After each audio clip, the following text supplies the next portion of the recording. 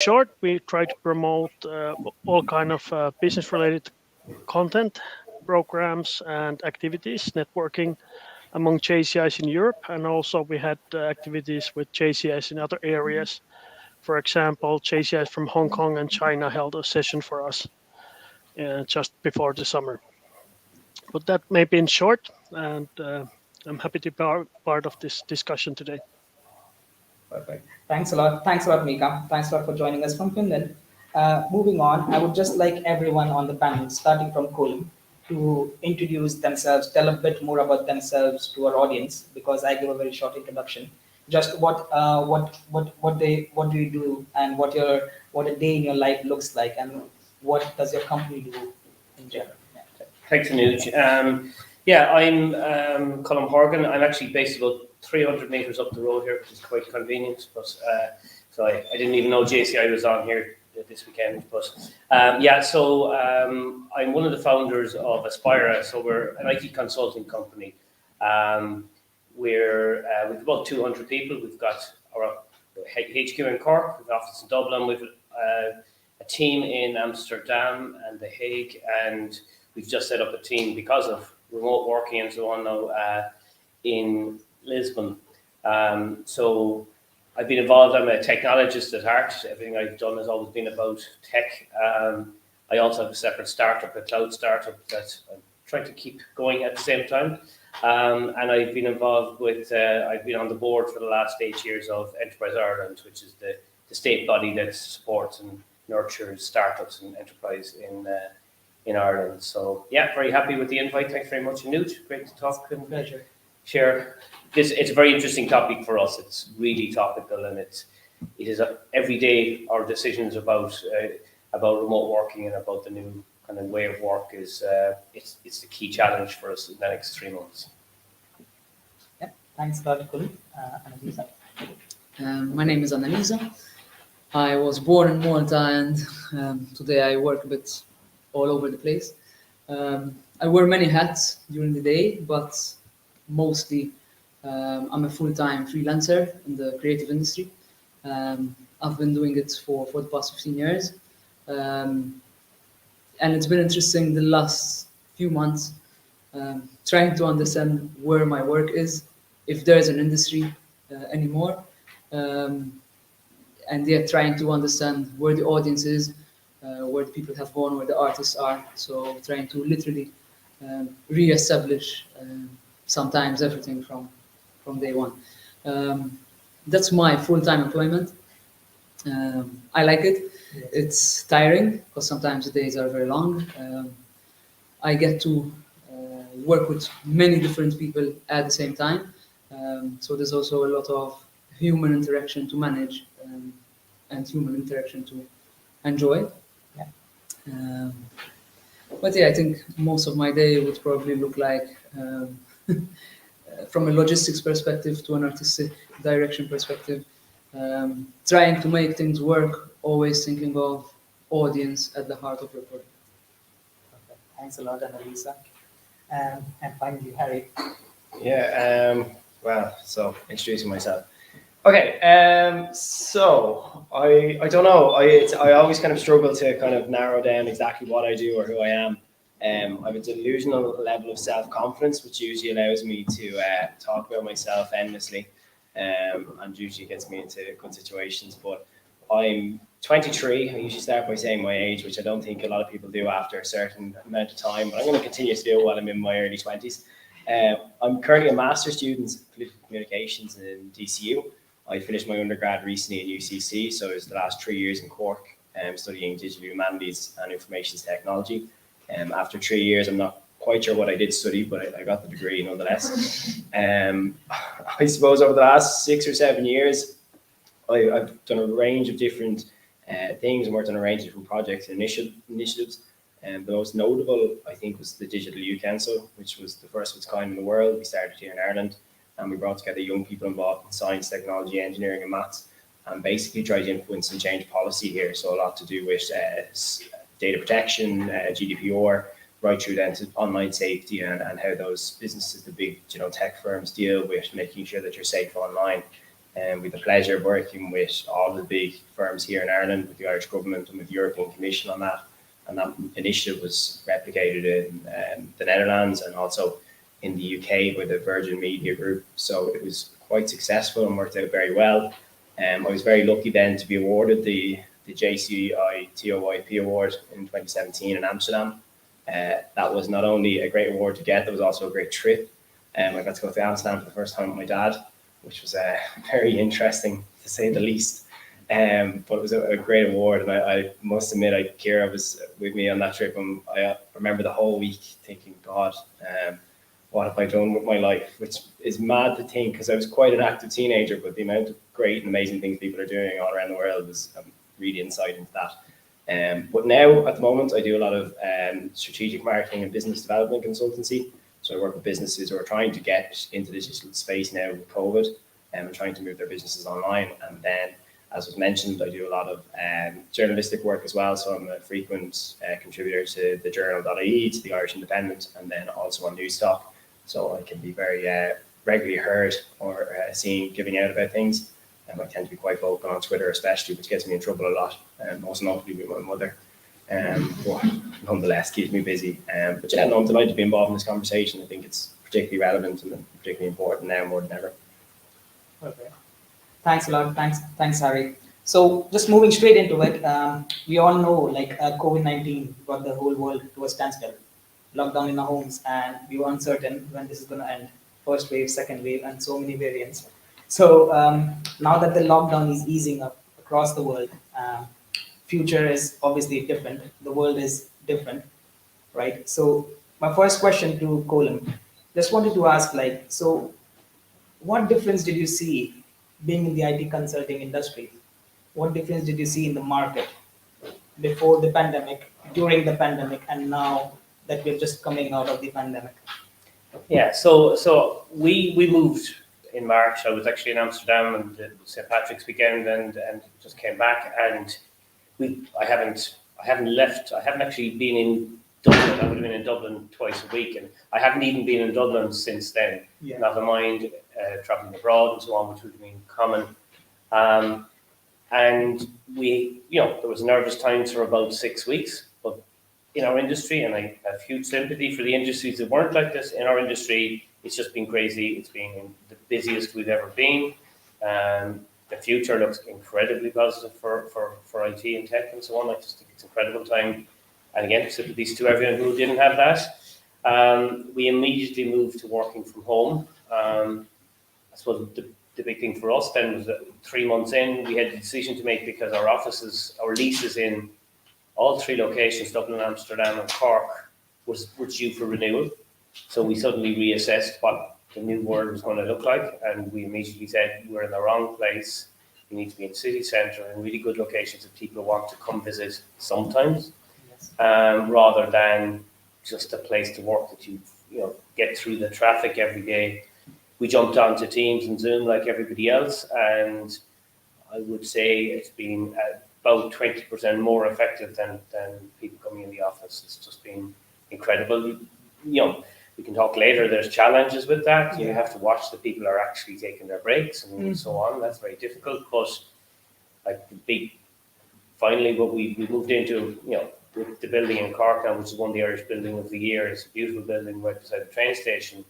And I was trying to get everyone in the last 3 or 4 months to come in and just see, when we go back to work, have a look around, see how to get here, see what the different environment is like in there. And most people took about 3 weeks before they could find a slot that they could afford to go in a half an hour into the office. They had to fill their days so much with things that they couldn't even give me a time they would come in to visit. So I just think the world has changed absolutely, utterly. I think we're now looking at the next step, which is around the challenges and what is the office for, what is face-to-face for, how do we give people the best opportunities. But again, I just think it gives us endless opportunities that suit us, but also suit the staff, because they're just not going back. They're not going into that. They're not going through the N50 or the Cork tunnel or any of those things ever again. It's just they're refusing. They will go somewhere else rather than do this. So I think it is truly transformational, and I think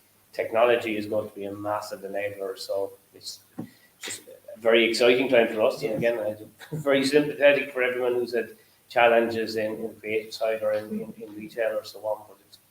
But it's all been very positive for us. So. Definitely. So I think what we're saying is that clearly started out adopting technology more. Like Zoom was there before the pandemic as well, but very few people heard about it. Yeah. And now every single child on the planet knows about Zoom. So it's basically like we have started adopting technology more. Just on that question, Annalisa. So how do you think technology can say transform arts industry? And is it more important? Has it become more important now to say go or host in-person events just to bring people closer again? Okay, I think the two industries sometimes, or when pre-pandemic, I would say, were very distinct from each other. Yeah. Although with international projects, we used to jump on Skype in the old world. So there was some degree of technology always coming in and helping Yes. us to deliver artistic projects or creative content. But I think there were a couple of experiments we did in theatre Okay. on a European level during the pandemic, which was trying to understand what could be delivered through a screen. Yeah. Because really and truly, we've been consuming creative stuff even before the pandemic through a screen. Yes. Television productions, film industry, you know. So the screen and technology was always in the creative industry, but now some of the creative industries were either completely cancelled from the day-to-day life, or else they had to readapt, and we had to readapt to some sort of degree of using technology within the creative industry. I would say technology helps us on two levels, not only delivering any artistic content to still be able to stay alive, especially during lockdown, but even it was reshaping the way we were creating, so the behind the scenes, so the production side of delivering any live or any live entertainment or creative content. And there, I think the changes are there to stay. Okay. So, Yeah, like, definitely. even when it comes to budgeting for a production, for example, I think we already started to look at production budgets, which all of a sudden have a whole level of budgeting and putting specific money for the use of technology in the creative sense. And since we're saying that the adoption of technology has increased, obviously multiple of during the pandemic. So just a question to Harry and then Miika as well. How do you think, like Harry, you being 23, still studying at the university, so it's like, how do you think this excessive consumption of technology is bad or detrimental, or maybe, I'm not sure, it's bad for the young people? It's a difficult conversation and something very difficult to pinpoint. I suppose the difference between correlation and causation. So if we look at mental health is obviously on the increase. There's no mistake about that. There's no question about it. All of the data shows that young people in particular are unhappier than they've probably ever been, and that's probably due to a large amount of awareness. You know, I always laugh. You have a conversation with some older generations because there was no mental health or depression or anxiety in my day. It's not necessarily that it wasn't there, it's that it wasn't talked about. So we talk about it more now than ever before.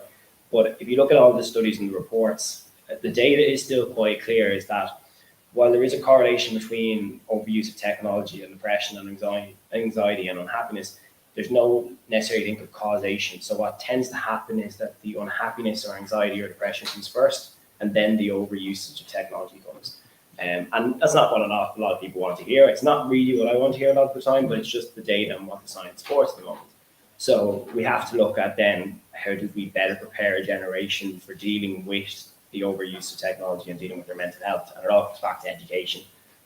I have arguments every day of the week with people, particular politicians and policymakers about this, is that, you know, they want to ban technology, they want to increase ages, they want to put restrictions and barriers in place, but technology is inevitable, and it's part of our everyday lives. At the moment, in this very room, half of you probably have your phones in your hands right now, and it's probably glued to it. We're live streaming around the world with laptop projectors, everything. Our life is powered by technology. You can't get rid of it. But what you can do is you can better prepare a generation to deal with the impacts and ramifications of technology. So we can use digital literacy education and just generally being able to look at yourself. And they say comparison is the theft of joy, or the thief of joy. And it's such a true point. You know, what we spend our time doing on technology is comparing our lives to others. And we so often look at the person that we've never really met or never really spoken to or don't really know a lot about, and we think, wow, their life is amazing. Right? And that's what a generation is doing. So what we need to do is better prepare them to realize that your life is perfectly fine just because Kim Kardashian is somewhere in the Bahamas, you know, sunning herself this weekend. Doesn't mean that her life's necessarily better than yours. Hers is probably better than mine, I won't lie, but at the end of the day, we all have our challenges, we all have our ups and downs, and I think that's what we need to realize is a bit of perspective. And so I'm all for education rather than barriers, restrictions, and all that other kind of unnecessary things that policymakers seem to go to very quickly because they make good headlines and good stories. Yeah, and just before going ahead, I just want to say to everyone in the room, like, if you have any questions, you can just ask. Just raise your hand and ask to any of the panelists or to the whole panel themselves. So just from the point that I picked up from you, Harry, technology is bringing the world closer. It's live streaming, so everyone around the world can see that.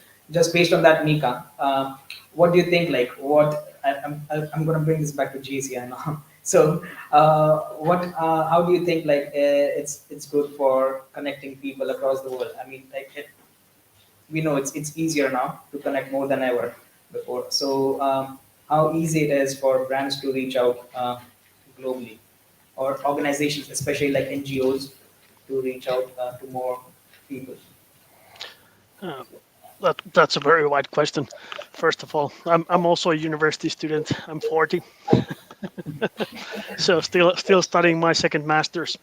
I haven't managed to do it because of work so far.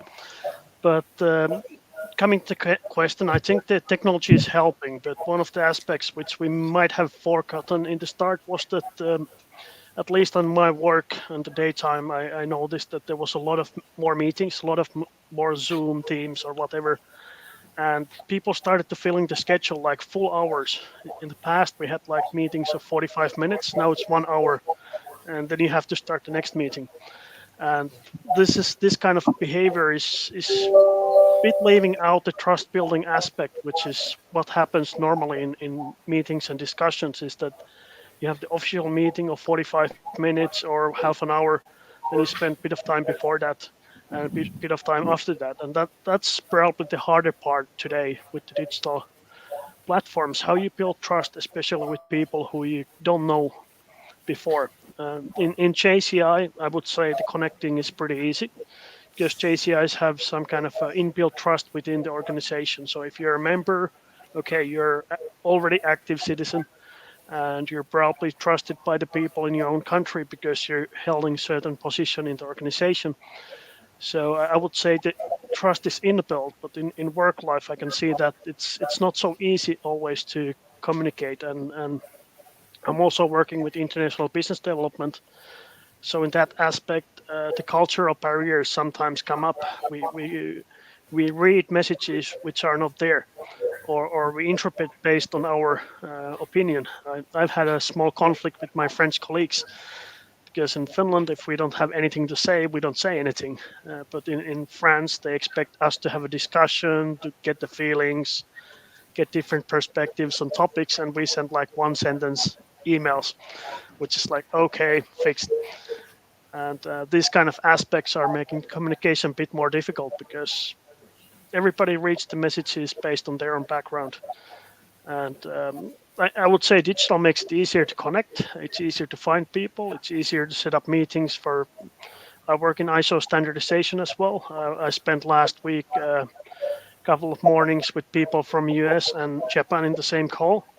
So that wouldn't be in the past possible. But in the same time, you have to do a lot of Googling, going to LinkedIn profiles, trying to find what the people actually do outside the meeting, because you don't have the actual meeting time or the few beers after, or the discussions, or in Japan karaoke after the official meeting. So it's a varying mix.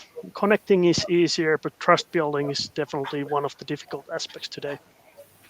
Can I just add on that topic? Sorry, I see the question. Just in terms of connection as well, I think it's really important to mention that like, we talk a lot about this connection and how connected and we are. Like we live in a connected world, but I also think we rarely have the discussion about what we do with that connection. Also matters. You know, there's a certain amount of we have all of this fantastic technology and we have so many things and capabilities, and we really have more than any other generation has ever had before. But what we do with that really does matter, and how we decide to use that for good, like JCI is probably one of the best examples of it, and there is plenty more. But, you know, I think we probably need to start asking ourselves that question, is sitting on Facebook all day or Twitter or Instagram the best use of that connection? Probably not. Is building businesses, creating networks, creating friendships, relationships. JCI Tinder this morning, a great example of that. You know, that's what matters, and I think it's probably a big part of this discussion as well. Should be is like what we're doing with this connection and we're using it for good, not just it exists. It definitely exists, but what are you doing with it? And I think that's a question everyone needs to ask themselves: is if you're sitting all day on TikTok with all of the capabilities out there in the world, probably need to take a look at ourselves. Just jump in there as well, because you know the general point about how we use technology. I thought the point was very interesting that Teams and Zoom and Skype and all of those have been around. Unfortunately, I've been involved in every single iteration of mobile technology, from involved in manufacturing and design of mobile phones when they didn't exist, right up to now. So I've tracked all the way through in telecoms. But what's incredible is that Zoom and, well, not Teams, but Skype is pretty much unchanged from where it was 10 years ago. It is just exactly the same.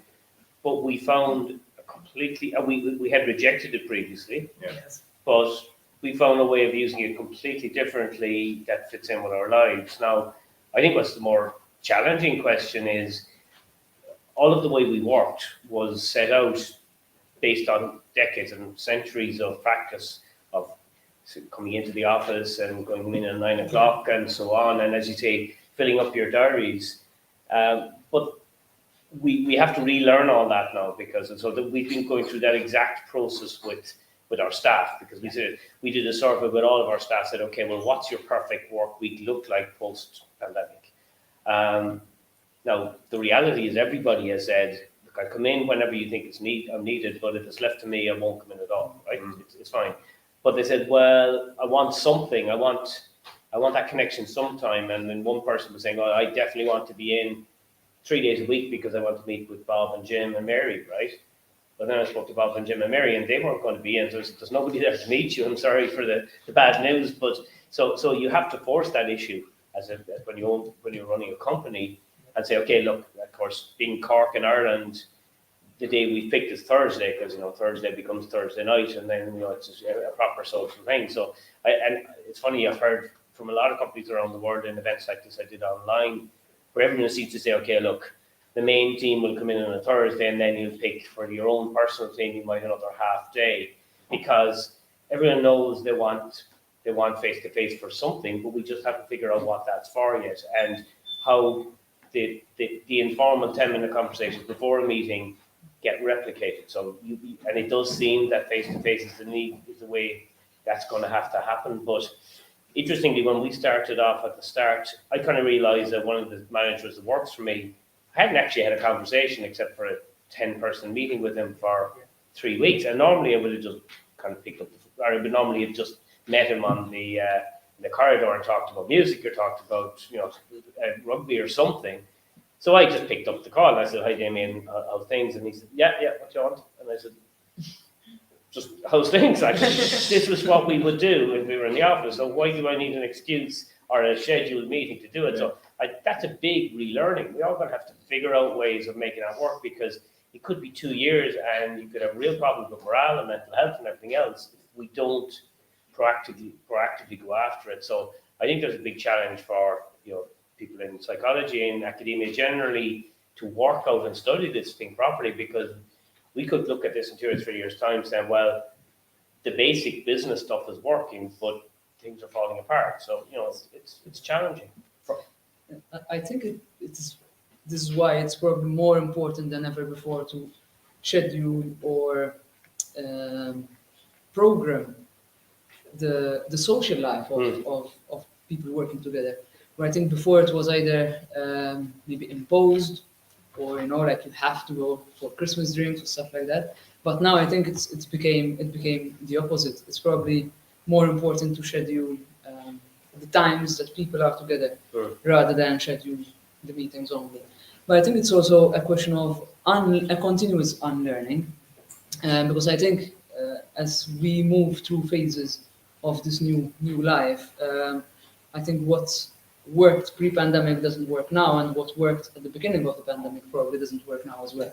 So I think it's a question of being elastic as much as possible and taking different shapes and different forms according to the needs of that current situation and of that current project. We're very productive now as well, which you have to kind of, the productivity that comes with that, as you said, there has to be a balance to it. Like people sitting at home, you can get so much work done sitting at home all day. You absolutely can. And you probably get more work done if you're at home 5 days a week, 8 hours a day, and get all that work done. There's so much to it, but eventually something has to give, and it will be mental health, it will be your sanity, it will be your ability to work, because it will be burnout at an unprecedented level. So I think people need to realize that, yes, while working at home is great, you get so much work done at some stage, we have to get back out and say hello to people and go for drinks and socialize at normal.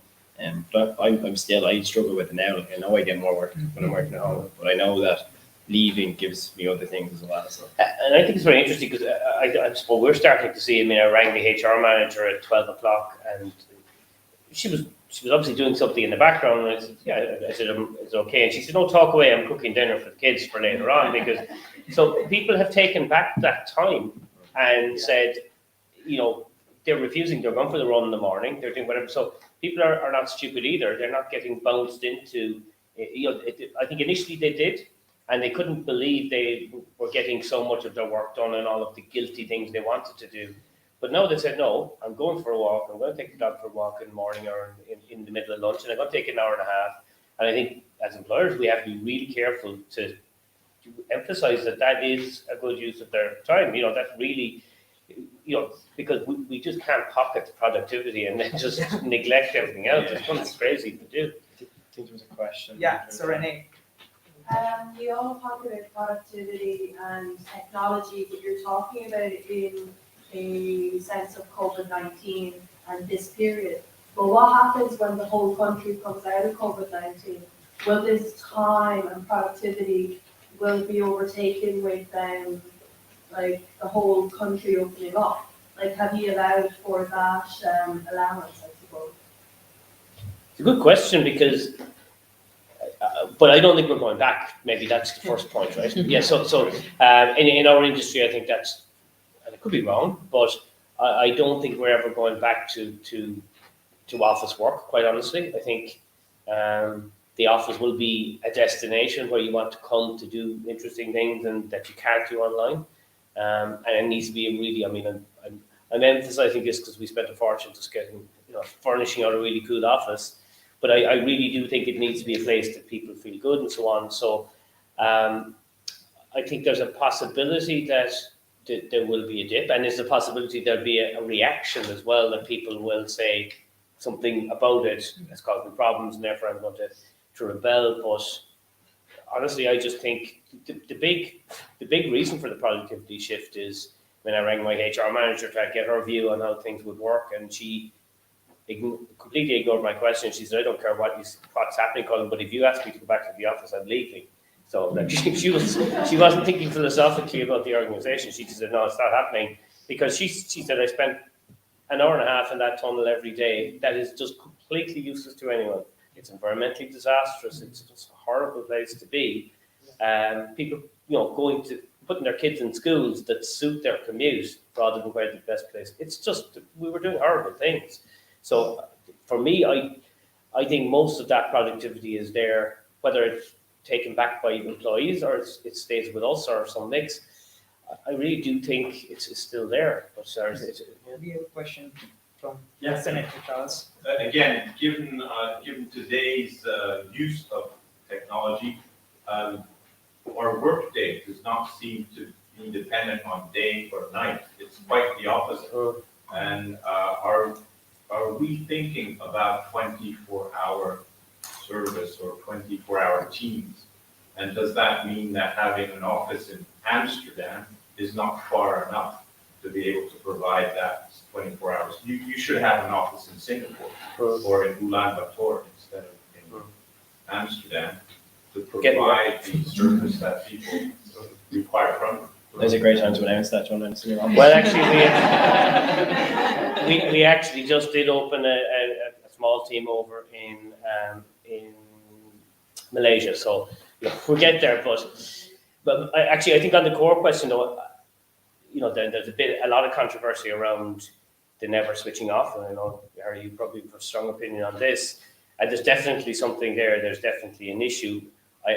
Because I'm a technologist, I've never had this breakdown between the work and whatever. I always, I can save myself 3 hours in a really horrible morning by answering an email the night before, and that is just why that would cause me any problem. Just I can never see that.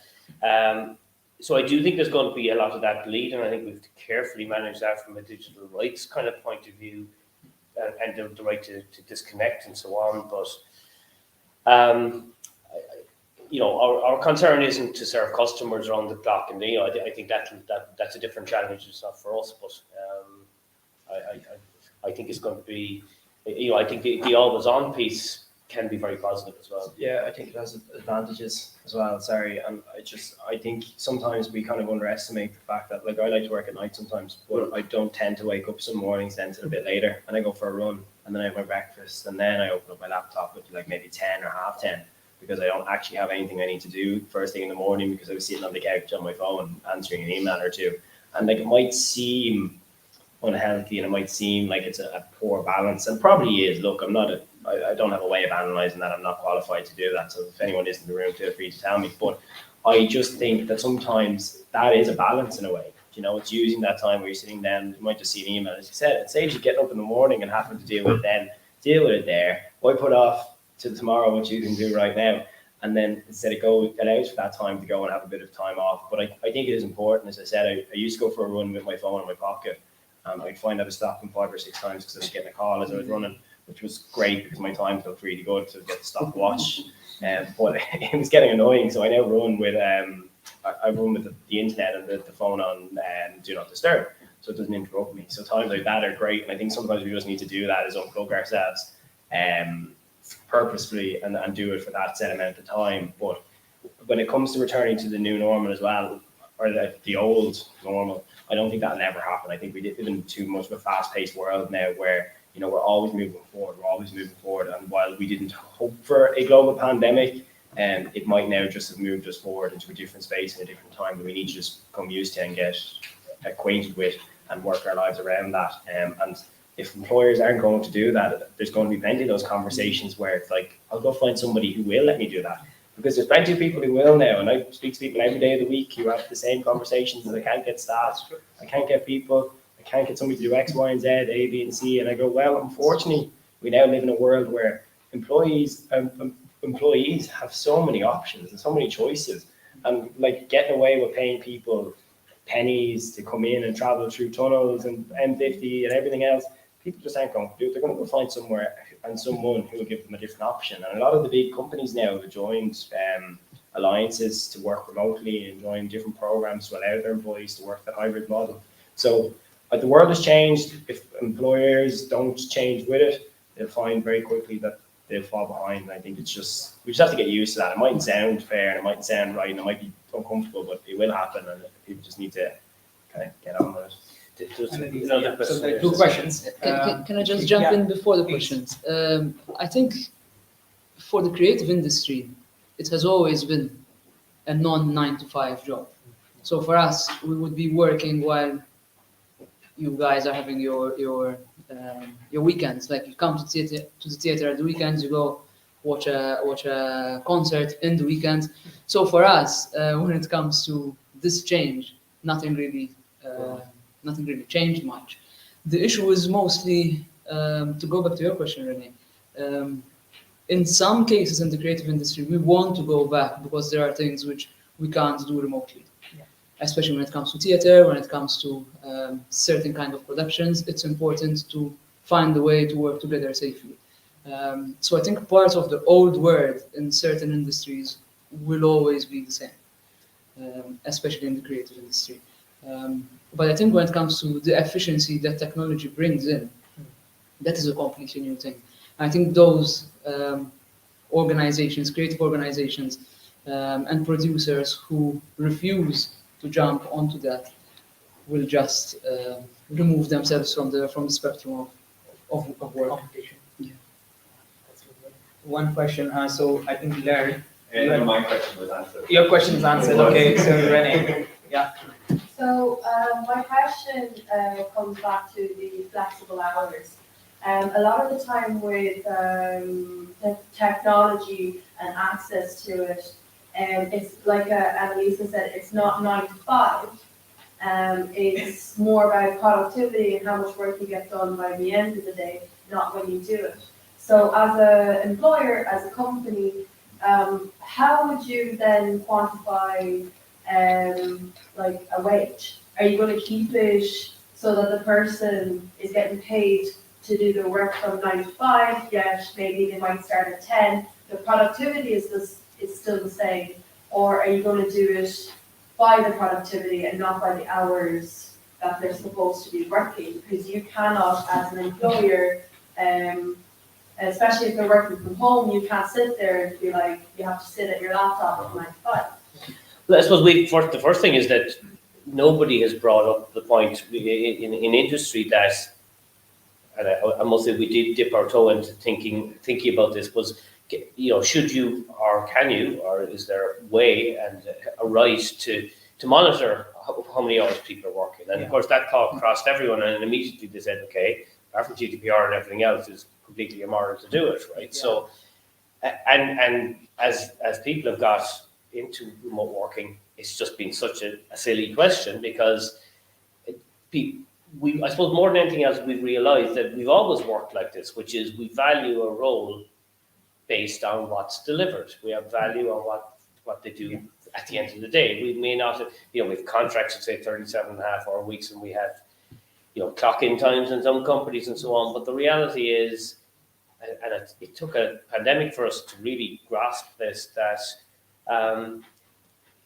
you can have one person doing the same job on paper and completely under delivering. And we've always had performance management systems to reward the good performance and kind of trying to address issues where we thought people were underperforming. So it's amazing how so much has been that we've taken for granted has just been challenged. It's they say you only use a certain percentage of your brain. It kind of occurs to me that there's so many areas, like the use of Zoom and so on is one of them, where we just never went to it. I mean, when we started, when the pandemic started, a friend of mine, another startup guy, whose family are all involved in theatre, kind of said, well, look, what can we do? Because his daughters were unemployed in London and trying to find something to do. He said, okay, well, why can't we do something with VR or augmented reality around making a completely different theatre experience, where people are looking at the face of each of the people, each of the actors, on a 360-degree kind of augmented reality. Why isn't that a better experience? When that you can have 100 people in the room, but you can have 1,000 people or 10,000 people who are getting a different and better experience. So, I do think that's the big eye opener for me, is that we just don't think about things outside of the normal way we've worked. And that's never, I think that's the big opportunity, is that we've suddenly said, well, why didn't we think about that? Why didn't we push that and make it work? So, I don't know.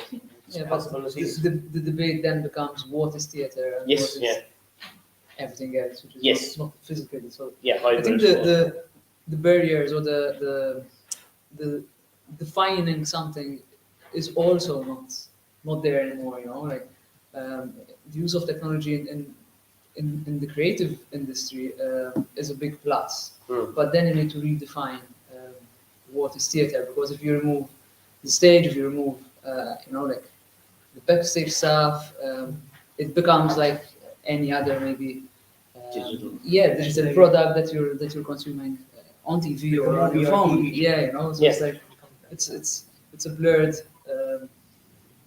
product. Yeah. And I suppose then you go What's to what? digital art and tokens and all those things. So maybe that's just happening anyway. It needs to keep on happening because I think, sorry to maybe take a bit longer on this, but I think it's a question of reevaluating also the needs. I think from my industry, for a number of months, we realized that we were an afterthought for Yeah. many governments, Yeah. for many companies, when in reality it's something that's feeds our souls and feeds our lives all the time. Yes. So there's also, I think, a different discussion there to open and to understand the value of that. And just your thoughts on this, Harry, about the productivity question that Colin was talking on as well. So should it be like a clock in, clock out thing, or should be like productivity? How do we measure like? Yeah, I think like it comes back to the age-old saying of quality and not quantity. Like, it's the same with everything, really. You know, like I think there has to be a certain amount of trust as well now in this space because, as you said, it's not the case that you know you sit at your desk in the morning and you clock in, and then your manager's sitting up the way from you, and you see when you get up and down, you're up for your tea or your coffee. You decide to come in and out, or you take an hour and a half for lunch instead of an hour. And realistically, none of that matters. And most jobs, there's key deliverables, and there's things that have to be done, and they're either being done or they're not being done. And when they're getting done or not shouldn't really be the issue, as long as they're being done on time and done to a standard which is acceptable, and targets are being met and things are being achieved. So I think we probably just need to, like, the world of work is changing. It was well overdue a change anyway. Once again, I'm not saying the global pandemic was welcomed, but to a certain extent, a lot of these changes will be welcomed. And there's been a lot of movements now as a result of, as I said, Grow Remote and all of these other really great initiatives. And I think a lot of us will be very thankful in the months and years that are come by, no matter what comes back to normal, no matter what doesn't, is that the world is probably now coming to a stage where there is, especially from a generational point of view, there was a huge want for a work-life balance. There was a huge want for a bit more of a, not work to live, or live to work, work to live kind of situation. And that's what we want now, is that we want a bit more flexibility. And I think this is kind of going to be a positive thing, I think. Could I just jump in, because I'm originally from the southwest of Ireland, right on the very corner of here, so it's the furthest point from Dublin and pretty much everywhere in the country. And like when I left school, 95% of my class left the county and never came back, pretty much, including me. So and I spent the last 20 years with a house down there where my family had been spending 3 months of the summer there, and I, like a fool, being up here in Cork when I could have been working remotely. And I did it for the pandemic, and it's just nuts how we've just accepted this drone-like kind of approach coming in. So, I do think the remote thing, it takes years, because we're so used for coming from there to having to move, because you move for college, you move for you stay, you meet somebody, you kind of stay away, and the whole place has been depleted. Yet it's an incredible place to live. Like, you can go surfing every lunchtime and you can do all those things. So it's I think that's going to take some time. I mean, just one example also as well, we do a lot of government work, and we have one big, very secure government client. And we put project teams in with them, and as it's got more and more difficult to get quality people with technology experience. We always said, well, in the past we said, look, we have somebody based in Cork, but they'll work 3.5 days in Dublin, and there's absolutely not impossible. It has to be inside in the office. It couldn't possibly work. And within a week of the pandemic, everybody moved. And then 6 months after that, there were roles really difficult to find, technology roles, and we said, look, we've got somebody in Lisbon, or we've got somebody in Moldova or whatever else, and they can work remotely. We can get fully Garda vetted, security vetted, and everything else. And all of a sudden, everyone's saying, well, and now we're seeing jobs which are advertised, which are, 1 day a month in HQ, but otherwise, so it's a huge difference, and down to the value and the salary you pay somebody.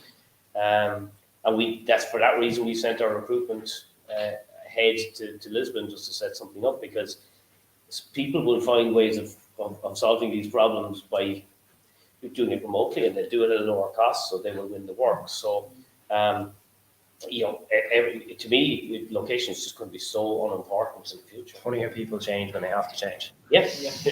So If I may add a bit on that, it also probably we so far talked about a lot about the creative work, management style of work, but you also have the labor. I work in manufacturing industry. Our customers are in construction industry, and they are definitely there during the office hours. You can't build a building. Somebody comes on Sunday. Somebody does a bit of this and that on Monday. So I would say it's a mix and match today, and some things are easy to measure, but for example, creative work or creating new business models or something like that, it also takes time to think. So you can't force somebody on Monday, 8 a.m. You figure this problem out. It's more like a flexible schedule, and then on the ones who are doing physical labor or producing technology or something like that, they probably will still have the 9 to 5 kind of jobs. So it's a mixed reality, and at least for our company, it's also one of the challenges because it's the manufacturing guys need to be in the factory, and during the COVID, we don't want to put extra people there to put them in a risk of getting something. So it was all the, let's say, managers or developers who don't need to be there. They were kicked out of the office, and the actual laborers stayed there. And one of the big challenges is you end up with a two-tier system where if you're a knowledge worker, you get the luxury of working where you want to be. Whereas if you have to be in a place, it could be a real disadvantage. Yeah, I think one quick, sorry, any comments? No, okay. So one quick question. Yeah, So, kind of touching what Colm and Harry said. So everything was, I work in IT, we love working from home. It's absolutely fantastic. Everything agrees. But the thing is, when it comes to, while we were in the office, there was a lot of opportunity to network, professional network, career progress. That is gone. And what I find challenging is, before, if you feel your colleague is a bit upset, you just say, can we have a coffee? It's like nothing. It's like just a coffee, you just go out, maybe talk about something general. But now we are in Zoom meetings or calls and just really there. Like we know emotionally something is going on, struggling. But I think that's something as like employees we need support. But do you think that's something you heard from it's not mental health problem, kind of too much, but it's very personal. It's like our life. Work is inside our bedroom now. So we see this, and then two people in a chat, you just feel like, what do I answer that? Yeah. It's like a different level of learning how to make conversations. That's, do you think you'll be able to? I think there has to be, we have to find a way to do that. And, hopefully even with remote, most people will still be close enough to have the coffee. They won't do it every day, but they still will be. And I think we have to force that issue. I think we have to force. So in my case, I did a new job during the pandemic. New workplace, haven't seen the office, haven't seen anyone in person. And that's what it's going to be, going forward. And if I want to go up my ladder, to see what it is, I haven't, before it was there's an event, you walk in, you see them, you talk to them, you have an opportunity to present what you are more than your key responsibility or whatever it is. So do you think, I feel like once a team building activity will be nice for to get together for the team. I think that's huge, and I think we have to be honest as employers too. We are saving a huge amount of money because of this. So we have to invest back into a much better team building type of approach. So, when we bring our team in on a Thursday, we bring everyone for lunch. If people want to go for a few drinks afterwards, we do it. We have to, and to me, that's what it's a deep problem because we have to figure out, well, what are we getting from the face-to-face connections, whether it's an annual kind of discussion with your boss or whatever else, where you have that opportunity to once for all say, well, what do you see me doing? And having those, and it's very hard to have those conversations remotely. So I honestly don't know the answer, but I think we have to work really, really hard to try and make that work. It's a really interesting one as well from the point of view of people starting their careers. So Huge. I talk to a lot of people now my age who are literally going into their first ever job. Yeah. And they've never Pick up the laptop. Yeah, picked up their laptop and they pick up, a nice notebook and a to-go cup, and you're like, great. And they sit down before their laptop and they realize that they have no idea what the rest of their life is about. They have no idea how to work, how to operate, and it's really difficult. I think Colin's probably right. There's probably not really an answer to it yet, which is awful because it's nothing worse than having a problem with no solution. But like I've heard a lot of people, like really I've had a lot of conversations about this in recent months, where people are like, we do things like comedy nights, so we get a comedian and we do a big Zoom event and all these kind of things. And a lot of these stuff are really good. And I think anybody who's proactive about it and is trying to do something should be commended for it. But it's still not going to be the same as going in, meeting your employees, meeting the people around you, getting to know everybody and getting to socialize. It's going to be hard to replicate, but I think it probably is one of these things that over time, I'm not going to say will resolve itself, but like eventually people will come into the office and eventually there'll be priority for certain people.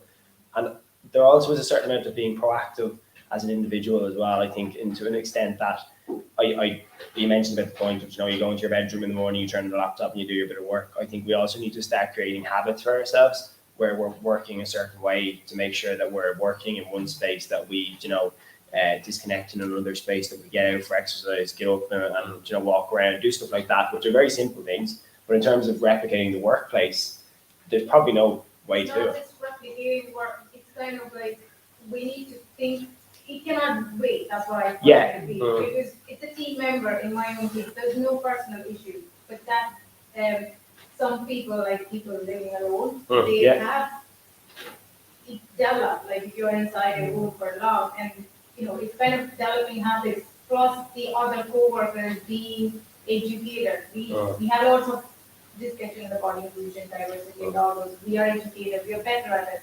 But this, I think, if we wait longer, it's going to impact everything. It's a definitely urgent problem. Now, the other sideline point I just thought recently is that, when I now have time, so I live here in Cobh and work in Cork, and I have more time now where I can just drop down and have a nice breakfast here, just a lovely cafe just here, sea salt beside it. And I bumped into people who I know personally who I haven't met for years because I was dropping into them here, rather than I'm less supported by my work colleagues, but I'm probably more supported by other people. So I think you will be building up that. So that is a benefit, whether it's members of your family or people around. But your support network maybe is closer. So in Dublin, like I heard people saying, well, there's going to be less cafes and pubs in the Docklands, but there's going to be really brilliant cafes in Sandy Cove and in the Rathgar and all those, because people will just get out of there, and they should, and we have to force this. We have to learn all this thing.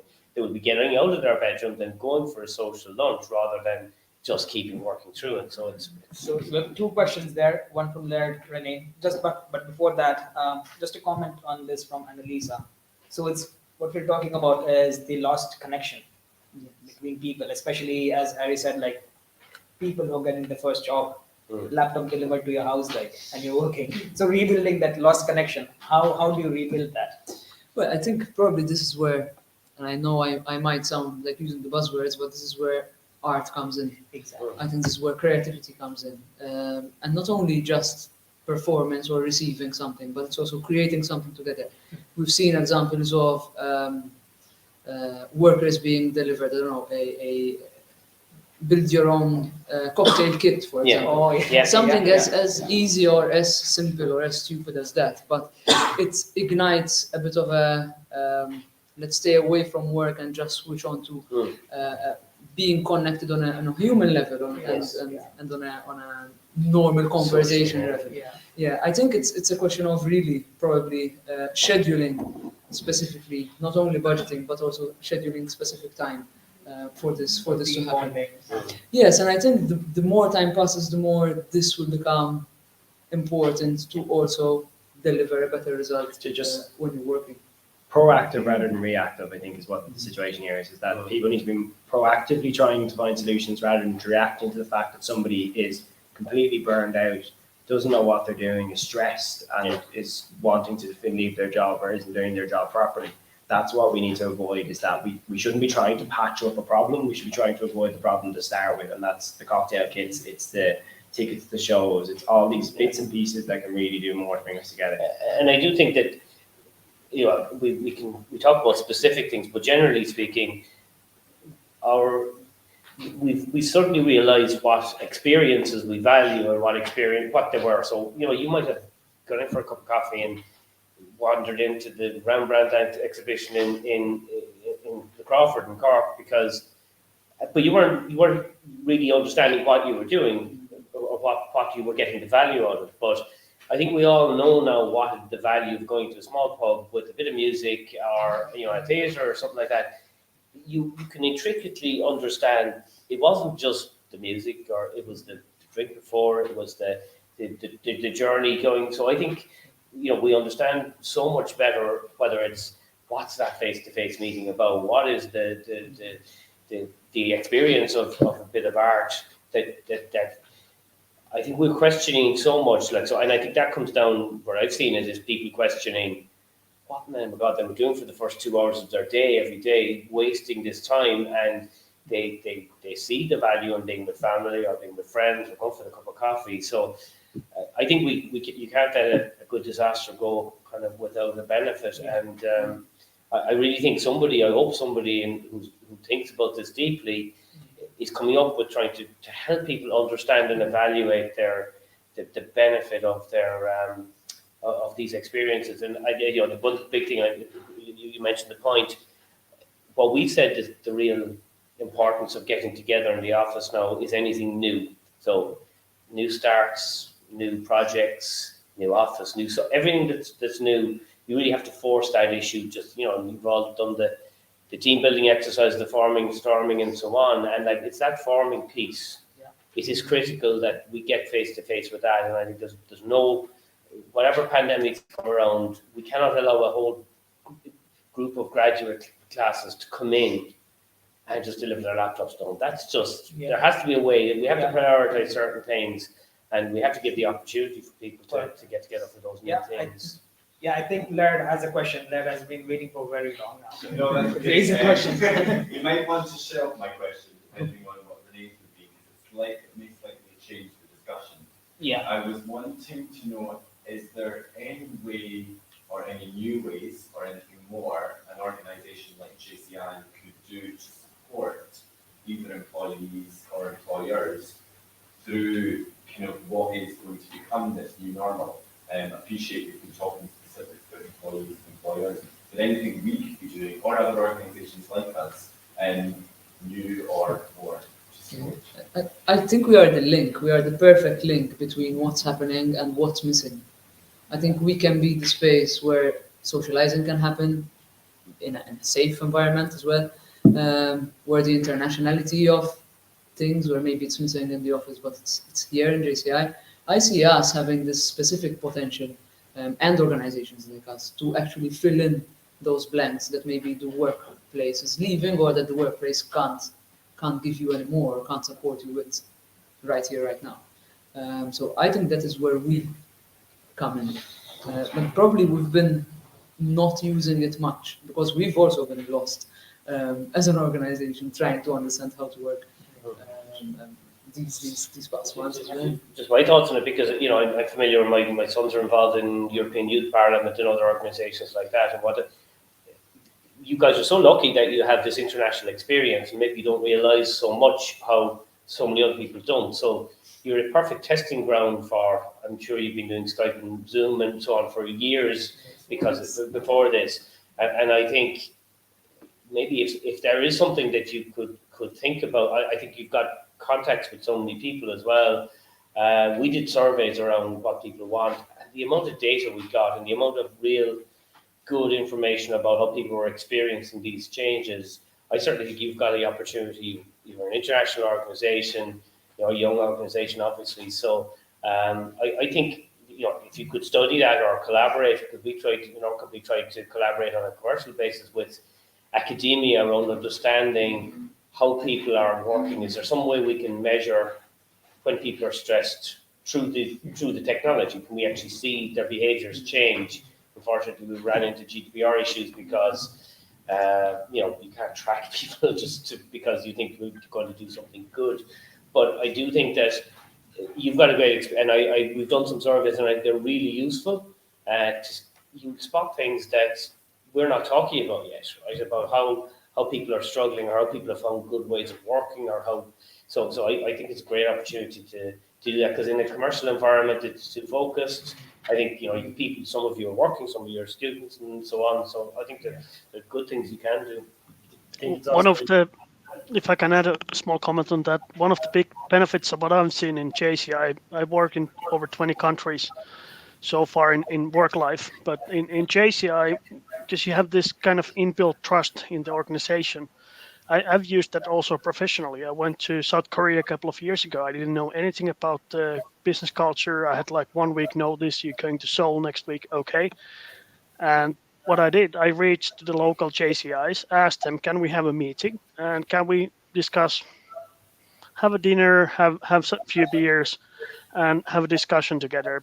But because you have the inbuilt trust, they even taught me the right ethic on a dinner, how to offer the drink to a senior person in the meeting, and that kind of things. And that's, as said, in professional life, you have a certain role, you behave like that role, and especially what comes to working in Asia, that usually means that seniority is respected, and in those situations you can't openly ask like, is this the right way of doing things? But in JCI you can do that, and because you have the inbuilt trust, you can also reach people, ask about things, speak one-to-one to the chair of the Senate of JCI, for example.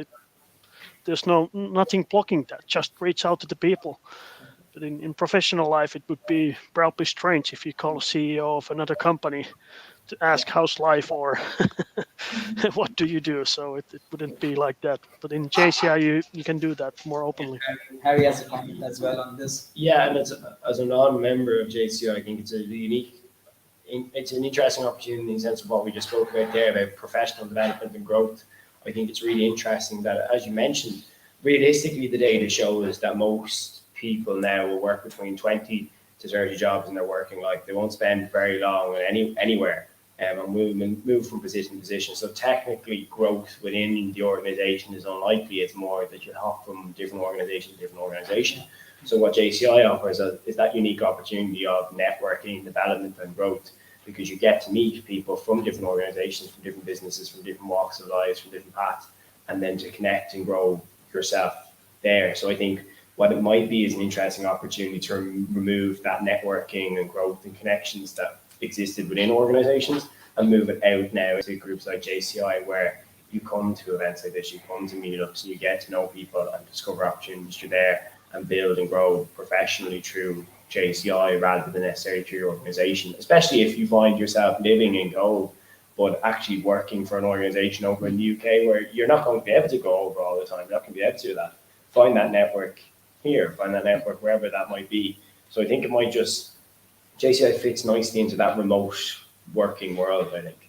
One last question from Renee. Yes, so as an anthropologist, I will be looking at this discussion from like a work culture. And one of the biggest issues that I see coming up with companies is actually remote working is not practical for everyone. So what will actually happen is there'll be a lot more rented office spaces where loads of different companies are in the same building or office space. And one of the problems there that I see happening, and I would like you to give comments on, is basically competition. And what Andrew was saying was support from co-workers.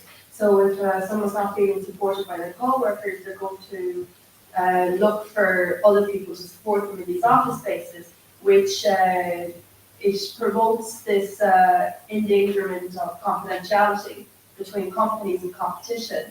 And then also who's responsible for renting these spaces? Would it be the company or the individual itself? So I want your. So that's Thank what you. I can fairly well cover that. So when we opened our office in Amsterdam, we use WeWork, which is a co-working space. We've moved to Spaces, which is a big global co-working space, and we're members of. So our office space in Dublin now is also Spaces, and we're members in Cork. So, and we have an office in The Hague as well, which is through Spaces, I think, or is it? Yeah, I think it is one of those co-working spaces.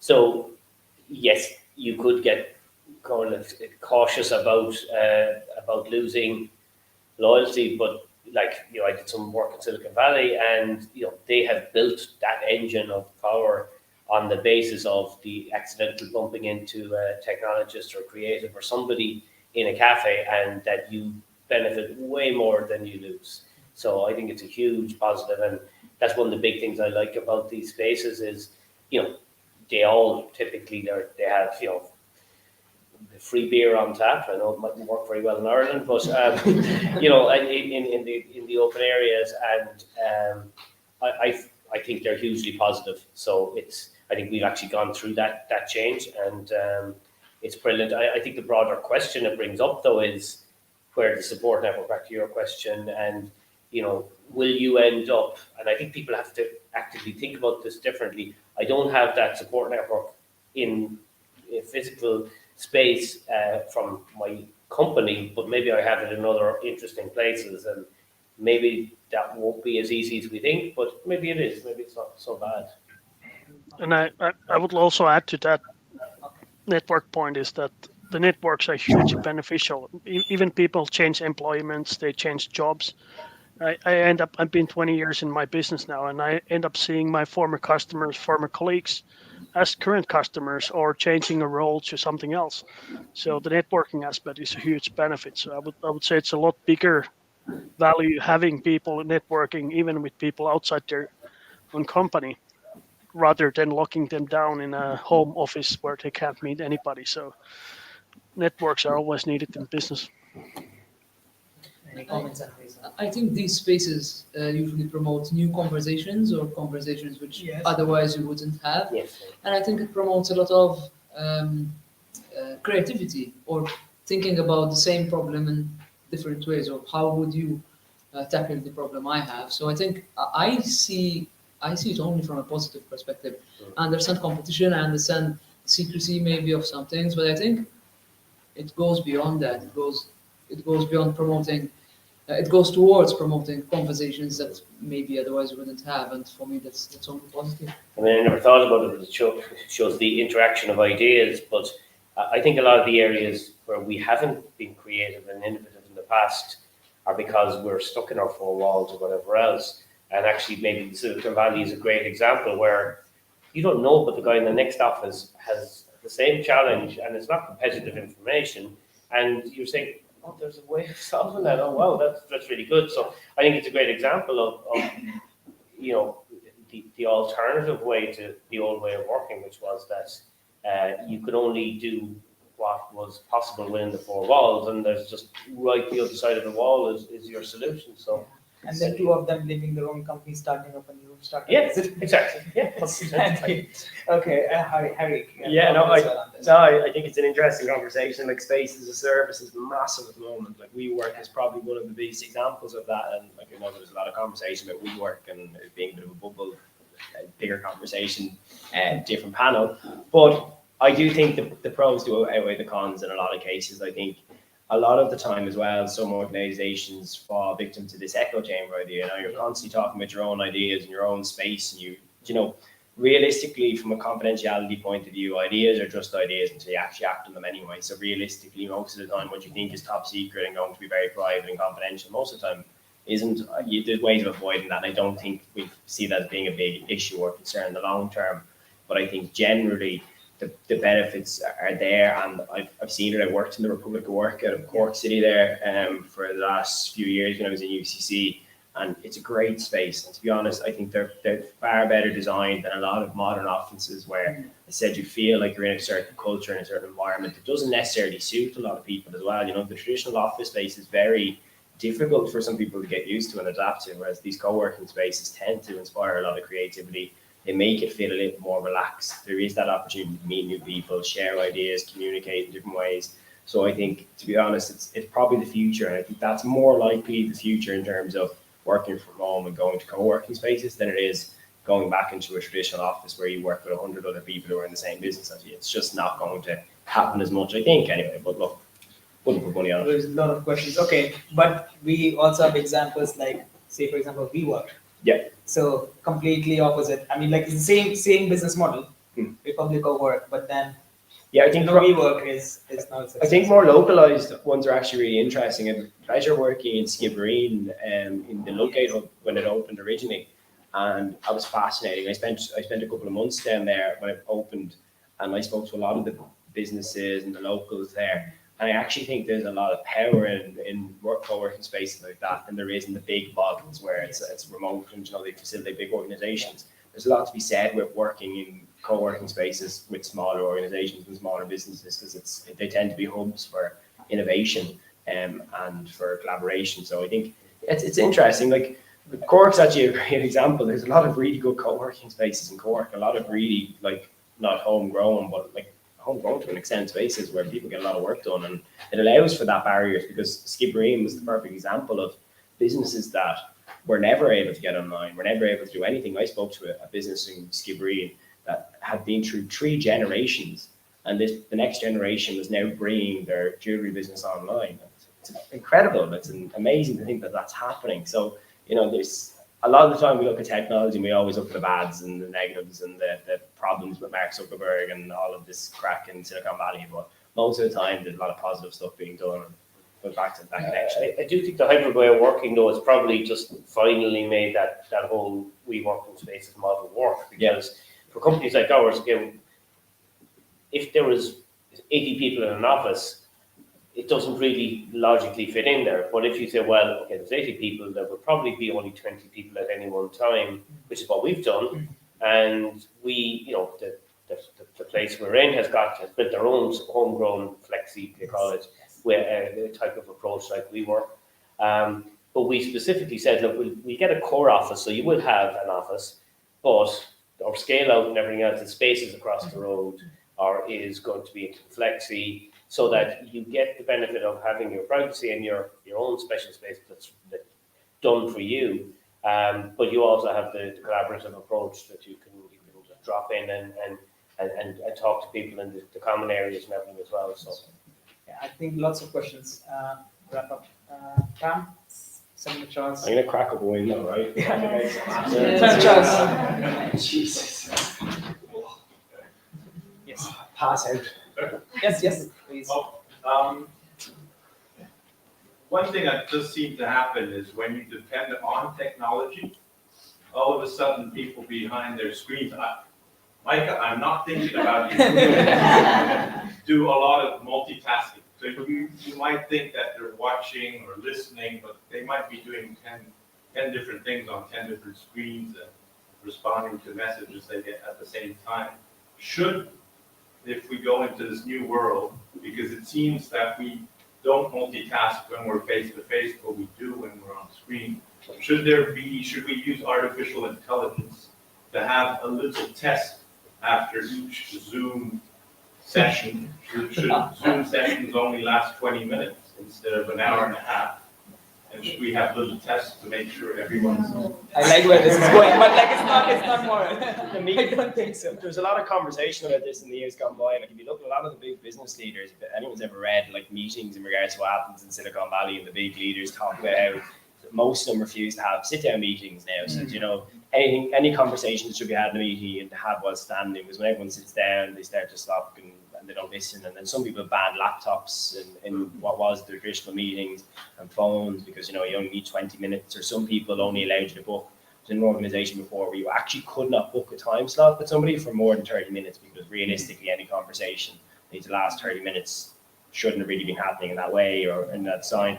So I think we're probably just now looking at the technical version of that, which is look, are we the attention span of goldfish most of the time? During this conversation, I checked United lost 4-2. Like, I have no problem admitting that. I can barely keep attention for long enough. To be honest, driving is a difficult task for me most of the time. So we have a problem with attention because we live in a world where we're surrounded by so much information and knowledge, and we're constantly thinking something different. So at the end of the day, I think we're probably now just looking at what was happening in person, moving online now. The test at the end of the Zoom calls would do me very poorly because I would fail most of them. I really just lose attention after about 5 minutes anyway. So I think we probably just need to scrap the traditional idea of hour-long meetings or 45-minute meetings. You were saying people booking an hour in a calendar. And it's ridiculous. Yeah, no, the one thing I would say is that, I can tell, I had a meeting this week with somebody, the woman who's gone to Lisbon, and she was clearly doing 25 other things, but the root cause was she and I had a different understanding of what we were doing on the call, and she thought I was just wasting her time. Of course I wasn't. But I can tell you the exact same thing in another meeting where people are there and they're just, they're not concentrating. So I think we're actually really well equipped. We've got enough intelligence to do it. I mean, there's ways of doing it technologically. I know some of the autonomous car stuff is all based on tracking eyes and attention like that. So we could do it, but honestly, I don't see it as a big issue. I haven't seen it as a real concern. Even before in the office doing a meeting face to face, am I talking and someone is like, yes, and in the head it's thinking 2 minutes after you're listening. So it doesn't change much. I think it's a question of efficiency. Like, I work for myself, and if I can give you 6.5 minutes, not 8 minutes, I will not give you 8 minutes. Because for me, that the value of those 2 minutes is somewhere else. And I think over the years, or in many different spaces, we've lost the importance of being efficient versus loving to hear our voices, loving to have an opinion about everything. And I think that still gives you attention span. Like that you lose the attention span anyway. Just as I was talking, I was having a counter thought, which was, well, maybe that inefficient waste of time in the meeting is the rich thing about building culture and building morale and so on. I wonder how much of that is just getting a feeling for how somebody, the guy who's on the phone and, is clearly making a point of being on the phone type of thing just to annoy you. Maybe you need to feel that. Maybe you need to hear, maybe everybody really needs to understand those soft things. I don't know. And just before wrapping up, any other questions? Quick questions. Yeah, Pam, I think you had one question. You talked about open space and everything, but when we talk about technology, we have like all the positive points that we provide, but about security, like let's say you have business to enter the digital world and everything, but you as an employer, you saw that now we have a lot of workers like working remotely as well. So I think that we can every day we can see that a lot of business being hacked and everything. So what are the challenges now for you to have like business and then you? Yeah, look, I mean, it's a constant battle. We all know this. It's never going to go away, and anything you have is going to be attacked. But the example I give is, a friend of mine works in consulting in healthcare in the UK, and they had been running a pilot on remote GP visits for 3 years, and they were all the way up to about 4% of visits were done remotely. And guess what happened in the next 4 weeks? They went to 99% visits remotely.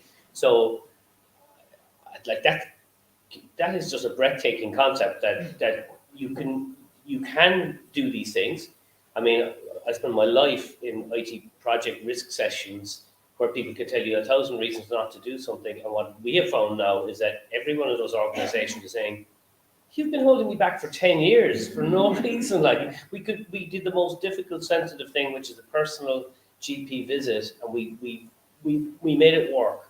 So how about all those other projects? So from a selfish point of view, I just see that everybody who's got an idea or wants a budget, it's just there's going to be a flood of that type of change. So I honestly just don't think, I think the balance has just shifted.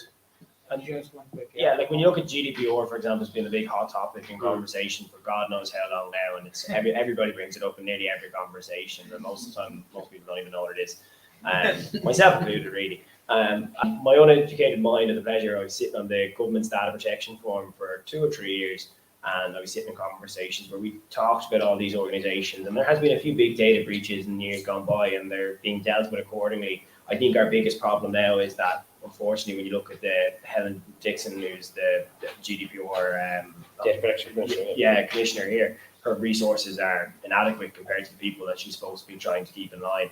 So we probably should look at that. Like, there's a bigger conversation about how we all value our own personal data generally anyway. You know, every day of the week we give away our personal data to people who we don't know who they are, where they're from, or where it goes to. And then we ask Helen Dixon to make sure that she keeps those people in line. But she has budgets, you know, not even a small percentile the size of the bigger companies. So there's a huge conversation there, but I think we're probably in no worse of a situation than we were a couple of months back, and we probably will be in the same situation, but it's probably a personal thing and then a big industry thing, but probably a bigger conversation to be had over plenty of alcohol in the next session. Yeah. Okay, so just coming to the very end, one last question to all the panelists. I'll start with Miika. So in just one line, if you could tell me what the future looks like, new normal and people, how do we reconnect? What does the new normal look like? I don't know if there's any ever one normal for the world, but I would say it's more mixed. We're no more used to the digital ways of working, but in the same way, we still need to be able to trust, get to know the people, and still we have to realize that most of the people in the world are still not online.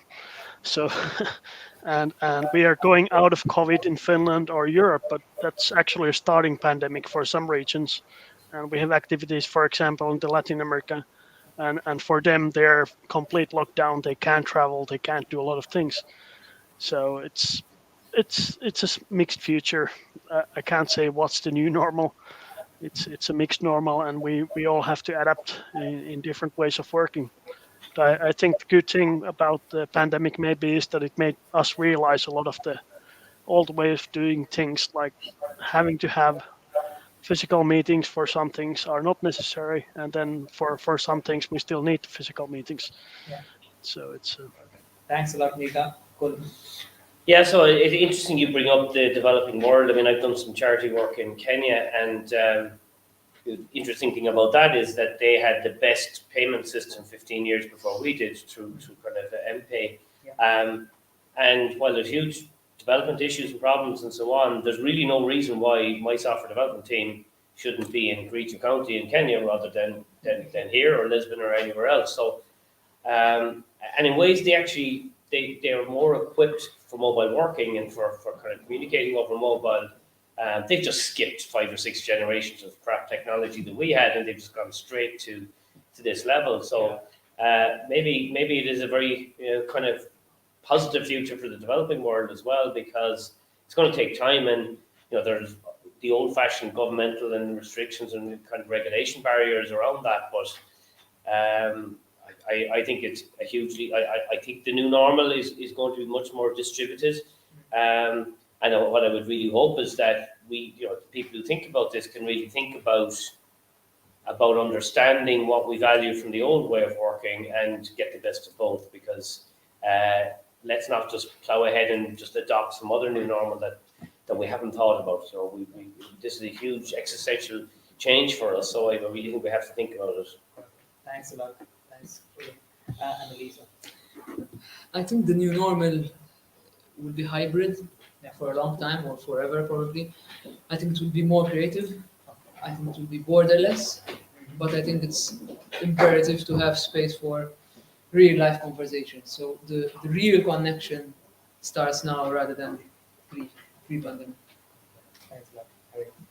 Yeah, I have a very romanticized view on technology and the power of technology. I always have. Naive maybe, but it's romanticized. And I come back to what I mentioned earlier, which is, I always think that technology is the dream of a connected world.